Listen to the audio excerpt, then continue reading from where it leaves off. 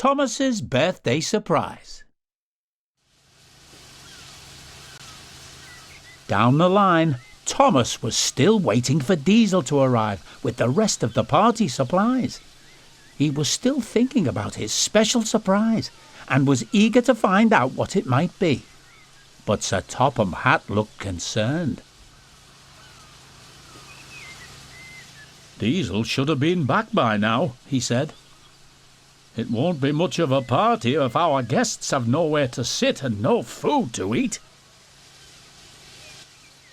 So he turned to Thomas.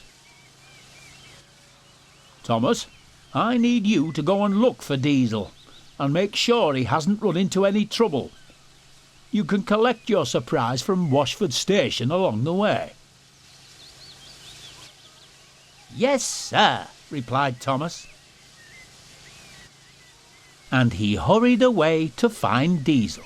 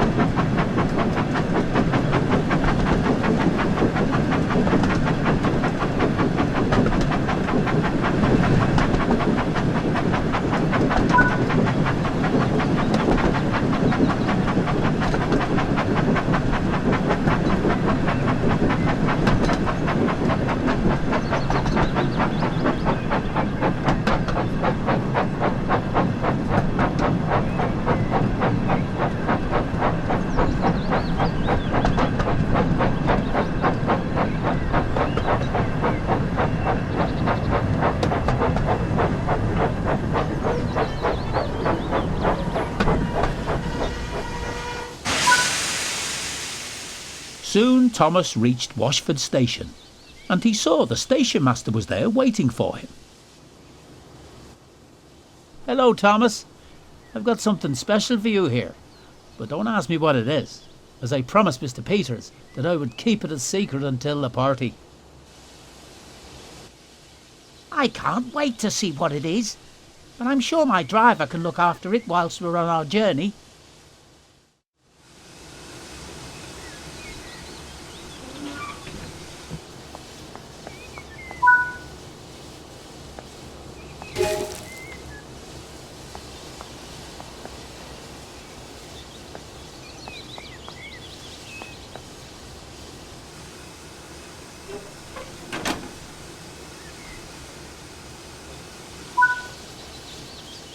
Now we need to keep looking for Diesel.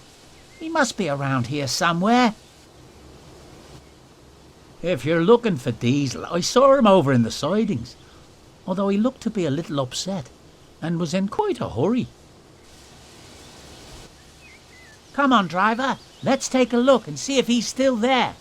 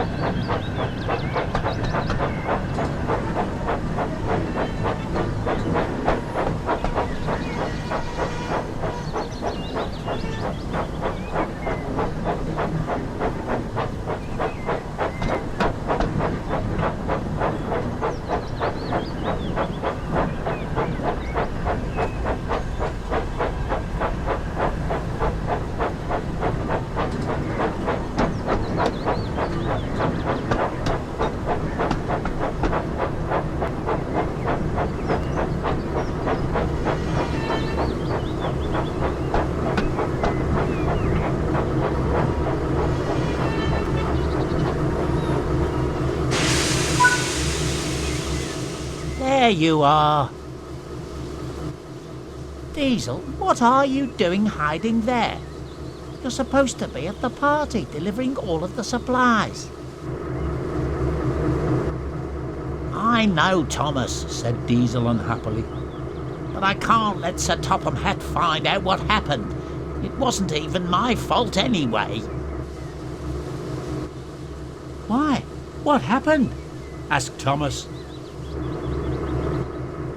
Well, the trucks were singing and being troublesome, and I tried to make them stop, so actually, I think maybe it was my fault. I got annoyed, so I bumped the trucks to make them stop, and I think I bumped them too hard, because I ended up breaking all the plates needed for the party." Thomas listened carefully. He could see how upset Diesel was and how troublesome trucks could be, so he knew that the broken plates were not all Diesel's fault. "Never mind, Diesel," said Thomas kindly. "After all, they're only plates, and they can't all be broken. Besides, we still have a special party to go to." Diesel looked at Thomas and smiled. "Thank you, Thomas," he said. So Thomas coupled up to Diesel and the two engines travelled to the party together.